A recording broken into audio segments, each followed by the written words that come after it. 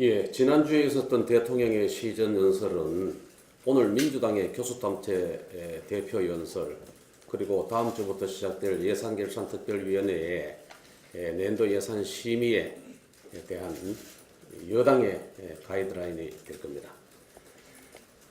이번 시정연설은 20대 국회 마지막 시정연설이었습니다. 경제정책의 부작용을 조금은 인정하고 역사 앞에 사과하시는 대통령의 모습을 국민들은 기대하고 있었습니다. 그런데 국민 편으로 돌아설 마지막 기회를 버리셨습니다. 시장 편으로 돌아설 유일한 희망이 사라졌습니다. 내용에 있어서도 결론부터 말씀드리면 제일 앞세운 낙관 근거는 이전 정부의 성과였고, 성과로 내세운 다른 지표들도 보고 싶은 통계만 골라서 본 기울어진 결과였습니다. 맨 먼저 세계경제포럼 국가경쟁력 평가 결과 2016년 26위에서 금년도 13위로 크게 올랐었다고 했습니다. 그런데 2016년 26위는 옛날 지수, 구지수 기준의 결과의 값이고, 금년도는 신지수로 선정된 평가 결과입니다. 단순 비교에서 생긴 순위 부풀리기였습니다. 오히려 정부가 실력을 발휘할 수 있는 지표들은 일제히 하락했습니다. 정부 규제는 78위에서 87위, 규제개혁은 57위에서 67위, 노동유연성은 87위에서 102위, 노사협력은 124위에서 130위, 아프리카 국가들보다 뒤처진 결과들이 수두룩합니다. 두 번째, 우리 경제의 견실함을 세계가 더 높이 평가하고 있다. 국가신용 등급에 대한 말씀입니다. 많은 얘기입니다. 현재 국가신용 등급은 건국 이래 최고 높은 수준입니다. 그런데 지금 정부가 높여놓은 건 하나도 없습니다.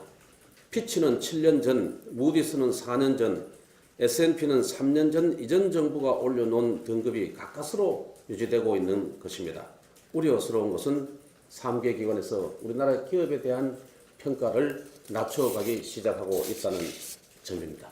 세 번째, 재정 건전성이 GDP 대비 40% 이내로 관리되고 있다. 이거는 세계에서 우리나라만 쓰고 있는 중앙정부와 지방정부의 단순 채무만의 합계, 국가채무 D1 기준으로는 그렇습니다. 하지만 국제 비교되는 건보, 예보 등을 포함한 정부 부채 통계는 D2, 이거는 2017년에 벌써 43%입니다.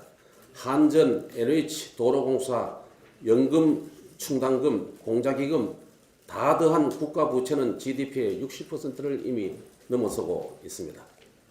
혁신의 힘이 살아나고 있다. 수출 투자 부진을 타개하기 위해서 기업 투자에 더 많은 세제 인센티브를 부여하겠다. 그렇게 하셔야 됩니다. 그런데 왜 투자가 부진한지 보셔야 합니다. 일은 덜 시켜라, 더 시키면 형사처벌, 최저임금은 벼락같이 올려라, 덜 주면 징역, 비정규직은 제로로 만들어라, 정부 규제는 참아내라, 파업할 때는 공장을 멈춰라, 대체 근로도 안 되고 공장 정보 농성도 노조의 권리다.